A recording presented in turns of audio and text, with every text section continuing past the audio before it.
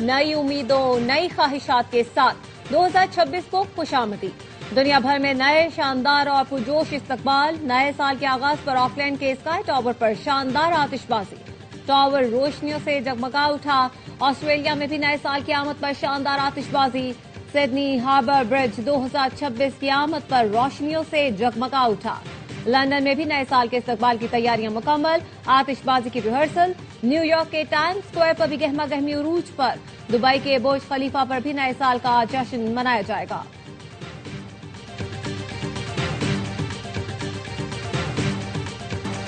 الوداع 2025، الوداع 2025 کا آخری سورج غروب ہو گیا۔ تلخ و شیریں یادیں لیے آخری سورج مغرب کی اونٹ میں جا سویا۔ گزرے سال عوام کو بھی کبھی خوشی اور کبھی غم تو کبھی مشکل حالات کا سامنا رہا۔ بیتے برسوں کی طرح یہ سال بھی بہت سی خوبصورت یادیں چھوڑ گیا اور تلخ لمحات کی یادوں کو اپنے ساتھ لے کر چلا گیا۔ بھارتی سرپرستی میں چلنے والے پراکسی عناصر بلوچستان میں بے امنی پھیلانے کی کوشش کر رہے ہیں۔ Chief of defence forces field marshal Asim Munir کی نیشنل ورکشاپ بلوچستان کے شرکاء سے ملاقات میں گفتگو۔ فیلڈ مارشل کا کہنا تھا پاکستان کے علاقائی امن و استحکام کے لیے کمٹمنٹ غیر متزلزل ہے۔ پاکستان کی خود مختاری یا سرحدی سالمیت کی کسی بھی خلاف ورزی کا بھرپور جواب دیا جائے گا۔ سیکیورٹی فورسز دشمن کے ناپاک عزائم کو سخت کارروائیوں سے ناکام بنائیں گی۔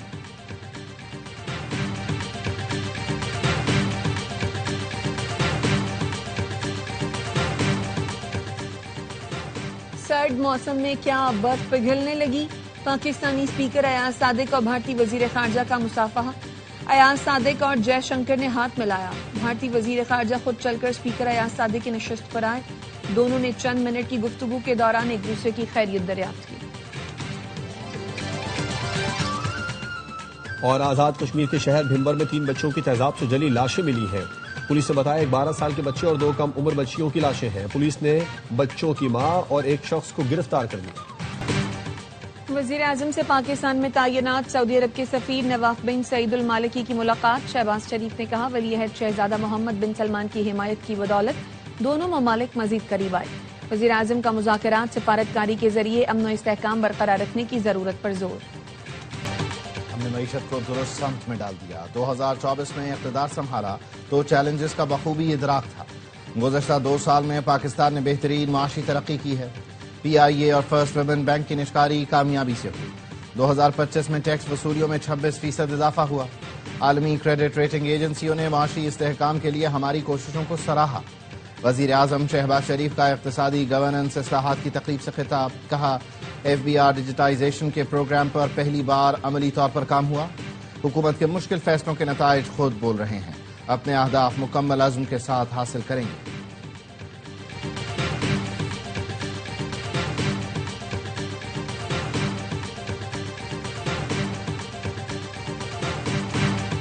معاشی اصلاحات کی بدولت ملک ترقی کی راہ پر گامزن ہو گیا۔ آج مہنگائی کم ترین سطح پر اور اسٹیٹ بینک کے ذخائر 4 سال کی بلند ترین سطح پر ہے۔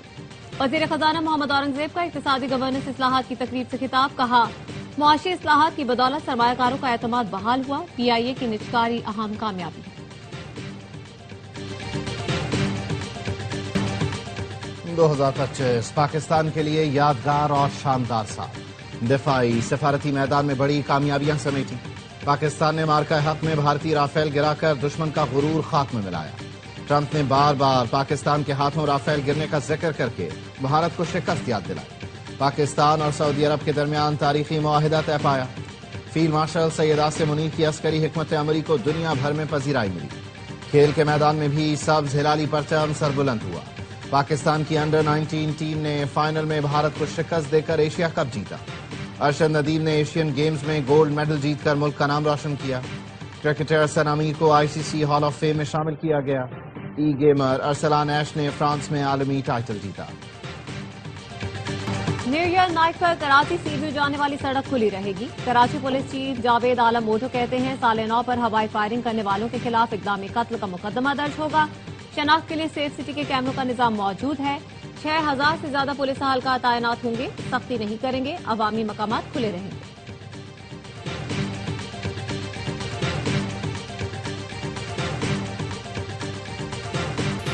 بنگلہ دیش کی سابق وزیر اعظم خالدہ ضیاء کی نماز جنازہ پارلیمنٹ ہاؤس کے باہر ادا کر دی گئی۔ بنگلہ دیش کے چیف ایڈوائزر محمد یونس سمیت لوگوں کی بڑی تعداد نے شرکت کی۔ اسپیکر قومی اسمبلی سردار ایاز صادق نے پاکستان کی نمائندگی کی۔ اسپیکر ایاز صادق نے خالدہ ضیاء کے بیٹے اور بیٹی سے ملاقات کر کے والدہ کے انتقال پر تعزیت کا اظہار کیا۔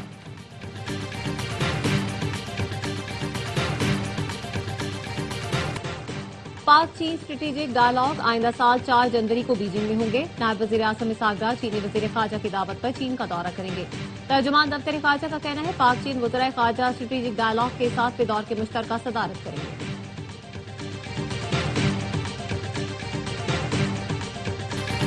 سال 2025 میں پاک امریکہ تعلقات مزید مضبوط ہوئے۔ یہ سال پاک امریکہ شراکت داری میں نیا اور مضبوط باب ثابت ہوا۔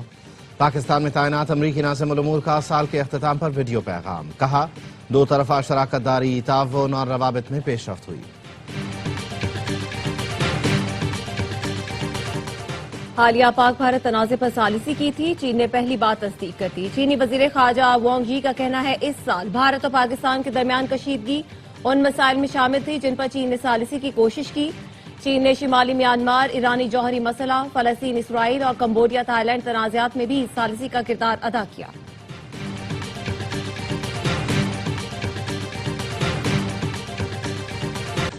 بیرسٹر گوہر نے مذاکرات کے لیے کسی بھی قسم کے رابطے کی تردید کر دی۔ آن سکرین یا آف سکرین کوئی رابطہ نہیں ہوا۔ فی الحال حکومت سے رابطہ نہ کسی اور فریق سے۔ چیئرمین پی ٹی آئی کی ARY نیوز سے گفتگو، کہا بہت ہو گیا، اب حالات بہتری کی طرف جانے چاہیے۔ 3 سال تحریک انصاف کے لیے مشکل رہے ہیں۔ 2025 میں جو امیدیں تھیں پوری نہیں ہوئیں۔ دعا ہے 2026 بانی PTI کی آزادی کا سال ہو۔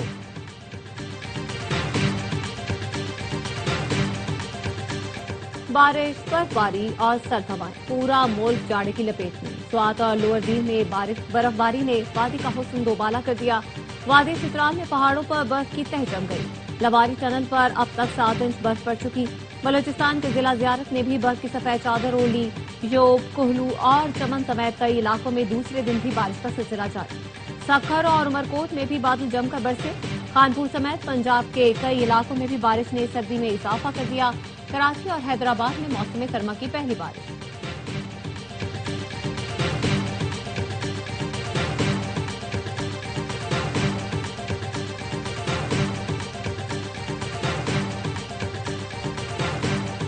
بجلی 72 پیسے فی یونٹ سستی کرنے کی درخواست پر فیصلہ محفوظ۔ نیپرا اعداد و شمار کا جائزہ لینے کے بعد فیصلہ جاری کرے گی۔ بجلی کی قیمت میں کمی کا اطلاق کے الیکٹرک صارفین پر بھی ہوگا۔ بجلی صارفین کو آئندہ ماہ کی بجلی بلوں میں ریلیف دیا جائے گا۔ CPPA کی درخواست پر نیپرا میں آج سماعت۔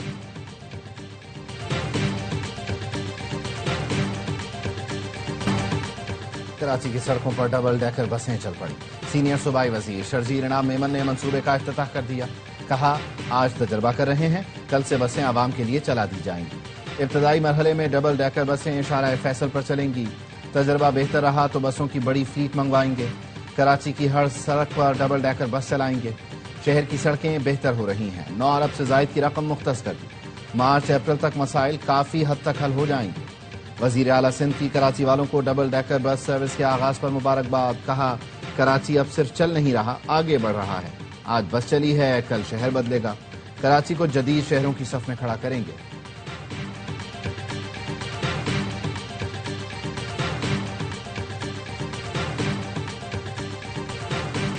جنگ کے قریب فیصل آباد روڈ پر بس اور وین میں تصادم، جہاں بھاگ افراد کی تعداد 14 ہو گئی۔ ویٹنری یونیورسٹی کی بس لاہور جا رہی تھی، حادثے میں 2 افراد زخمی۔ JIT نے ڈاکٹر وردہ قتل کیس کی رپورٹ خیبر پختونخوا حکومت کو پیش کر دی۔ قصوروار پولیس افسران کا تعین کر کے سزا بھی تجویز کر دی۔ اسحاق زکریا ایڈوکیٹ نے کہا مرکزی ملزم رضا ہے، ملزمہ اور اس کے شوہر وحید کا اجرتی قاتل شمریز سے ملازمین کے فون کے ذریعے رابطہ تھا۔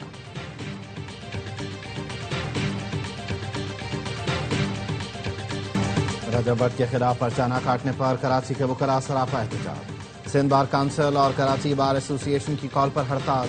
پولیس افسران اور اہلکاروں کی سٹی کورٹ میں داخلے پر پابندی لگا دی۔ سندھ بار کونسل کی وکلاء کے خلاف FIR کی مذمت، IG سے دوسری FIR درج کرنے کا مطالبہ۔ وکلاء کا کہنا ہے رجب بٹ، ندیم نانی والا اور دیگر پر مقدمہ درج نہ ہوا تو احتجاج جاری رہے گا۔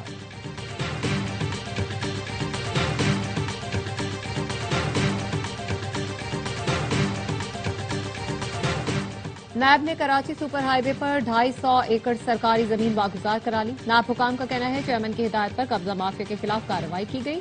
جعلی ریکارڈ کے ذریعے سرکاری زمین نجی ملکیت ظاہر کی گئی تھی. نیب ذرائع کا کہنا ہے سپر ہائی وے کے اطراف ہزاروں ایکڑ سرکاری اراضی مافیاز کے قبضے میں.